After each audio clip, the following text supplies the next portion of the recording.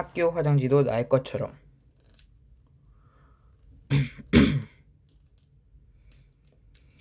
아프리카에 사는 코끼리는 어금니인 상아가 매우 비싼 값에 팔리기 때문에 밀렵꾼들이 가장 많이 노리는 동물이다. 감시가 어려운 불법 사냥의 규모가 커지게 되자 케냐의 국립공원에서는 그 지역에 사는 주민들에게 물 좀 마시고 올게요.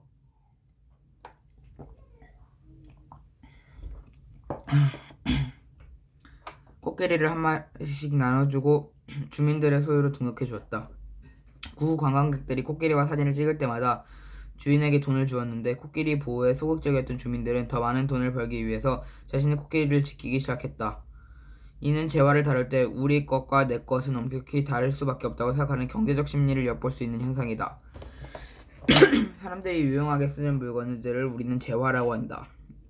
그리고 이러한 재화는 배제성과 경합성으로 구분될 수 있다. 배제성이란 말 그대로 다른 것을 배제한다는 뜻이다. 동물원이나 놀이동산에 입장료를 내지 않으면 절대 들어갈 수가 없다. 대가를 지불해야만 재화를 사용할 수 있는 특성을 경제학에서는 배제성이라고 한다. 반면 경합성이란 한 사람이 재화를 사용하면 다른 사람이 그 재화를 사용하는데 제한을 받는 재화의 특성을 말한다.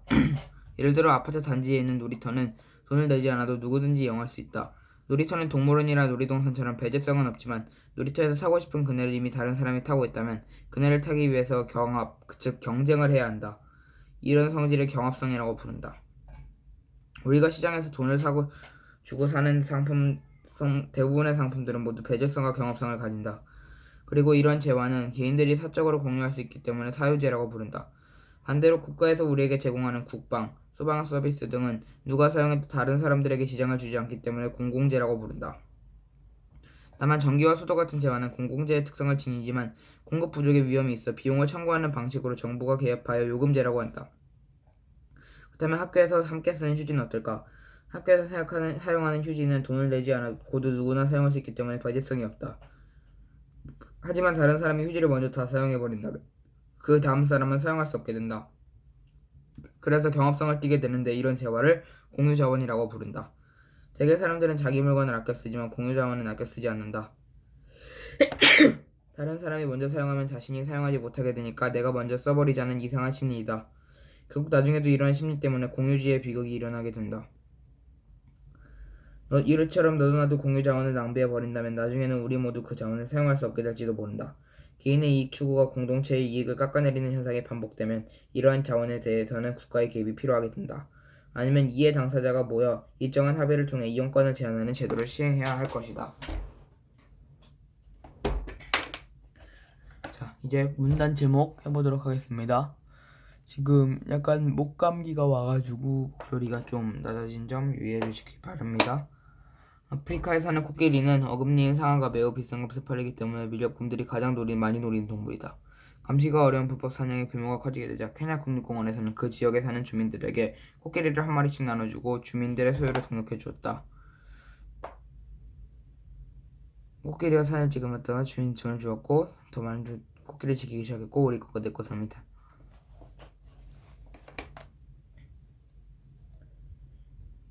코끼리와 경제적 심리.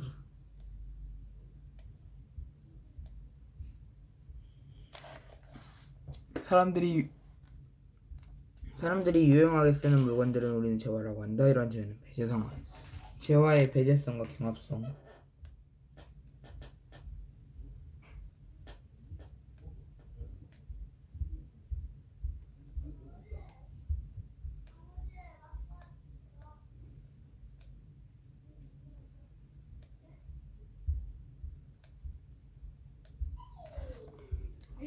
배제성 경합성.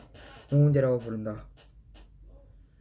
공유지의 비극. 이거는 그냥 공유지의 비극이라고 생각하면 될 것 같아. 이처럼 너나도 공유자원을 양보해버린다면 나중에 사용할 수 없게 될 제도. 개인의 이익 추구 반복되면 이런 정안에 대해서 국가의 개입이 필요하게 된다. 아니면 이해 당사자가 모여 일정한 합의를 통해 이용권을 제한하는 제도를 실행할.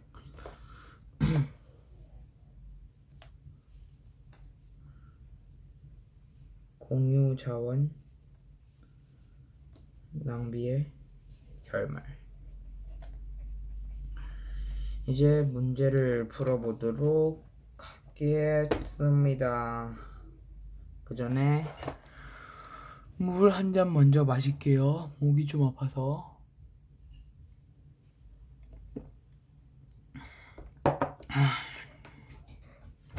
사람들은 재화의 가격에 다음 일과를 읽고 학습 활동을 한 것이다. 적절하지 않은 것은 사람들은 재화의 가격 변동에 따라 경제적 심리가 많이 달라진다. 한 사람은 재화를 사용하면 다른 사람이 재화를 사용할 때 영향을 받게 되는데 이는 재화의 경합성과 관련이 있다. 개인의 옷과 자동차처럼 사유재는 배제성과 경합성을 모두 가지고 있다. 사유재는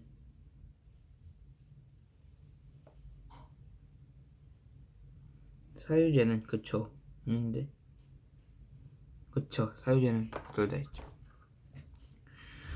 국가가 제공하는 국가 수봉수 배제성은 있지만 경합성은 없는 공공재이다. 아니죠. 경합성이 있죠. 적절하지 않은 것은 배제성은 없지만 경합성이 있는 거죠. 4번이 되겠네요. 보기는 기억에 대한 선생님의 설명이다. 윗글을 바탕으로 보기에 대해 본인 반응은 가장 기억 공유지의 비극입니다. 공유지의 비극과 관련된 구체적인 사례를 알아보도록 할까요? 예를 들어 양모를 팔아서 생활을 하는 전통 마을이 있다고 가정해봅시다. 마을에는 풀이 가득한 공동 소유의 목초지가 있습니다. 그러나 어느 약삭빠른 농부가 이득을 더 보기 위해 남들보다 양을 더 많이 풀어 놓았고 다른 농부들도 손해를 보지 않기 위해 양들을 모두 공유지에 풀어 놓았습니다. 그 농부들이 이익을 얻을수록 공유지는 양들로 가득 찼고 얼마 되지 않아 그곳엔 풀이 하나도 남지 않게 되었습니다. 결국 공유지의 비극은 공유자원이 개인의 이익으로 이용할 수 없을 정도로 파멸되어 도달하는 현상이라고 말한다고 볼 수 있죠. 1번 목초지는 공동소유이지만 양이 제한되어 있기 때문에 경합성과 배제성을 지닌 재화로 볼 수 있거든요.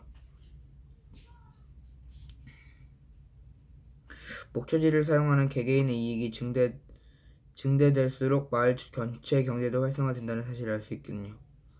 개인의 이기심으로 재화가 낭비되더라도 경제생활에서의 개인의 이익축은 항상 존중되어야 하는군요. 정부가 산림이나 하천 같은 자원을 보호하려는 공유지에 관한 자원을 공유지의 비극을 해결하기 위해서는 공유자원을 모두 사유할 수 있도록 정부에서 적극적으로 정책을 마련해야겠군요. 아니죠. 일단 제가 볼 땐 4번이 가장 적절해요. 다음 이제 지문 분석하겠습니다.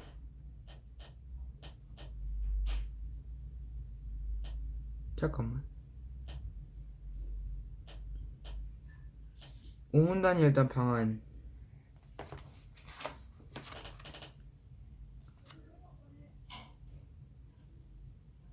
4번이 심리 3문단이 1, 2, 3, 4 4문단인데 제가 문단을 잘못 봤네요. 이렇게네. 5문단이네. 요게 경합성, 요게 배제성입니다. 3문단 경합성, 배제성,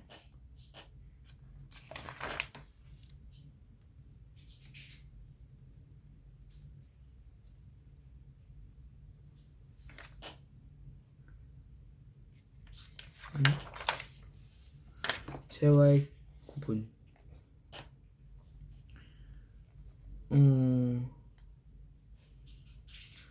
대가를 지불해야만 사용하는 배제성입니다. 경합성이죠.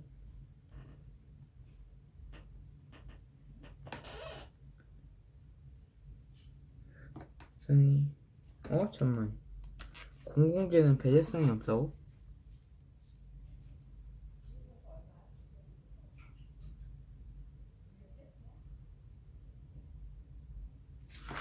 모르겠네. 배제성 이거 헷갈린다. 이거 일단 배제성이 있고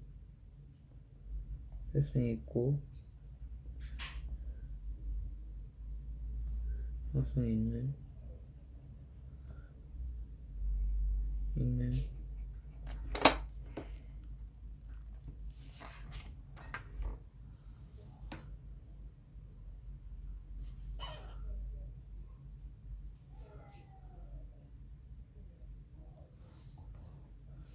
2번인가? 아닌 것 같은데.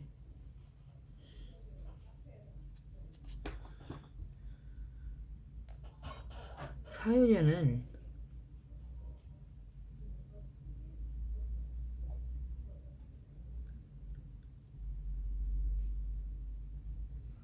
하나 있어요.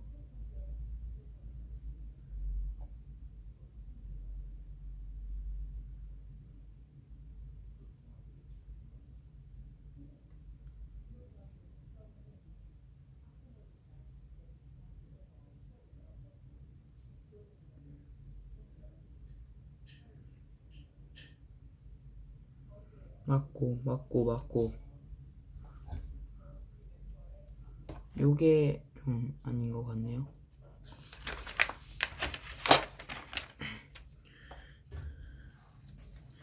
뭐를 낭비하면 공유 자원을 낭비하면이죠.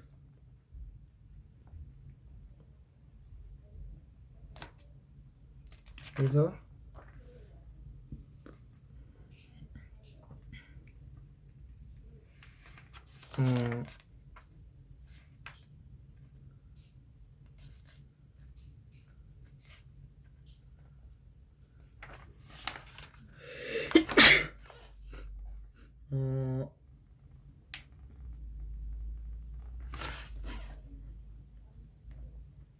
국가의 개입이나 합의를 통해 하겠죠. 대가예요, 대가.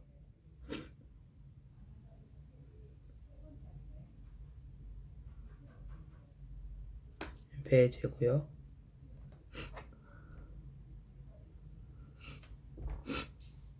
일단 요건 나중에 읽게요. 봐야 되는 장애 지 몰래 사냥한 밀렵꾼들이라고 하죠.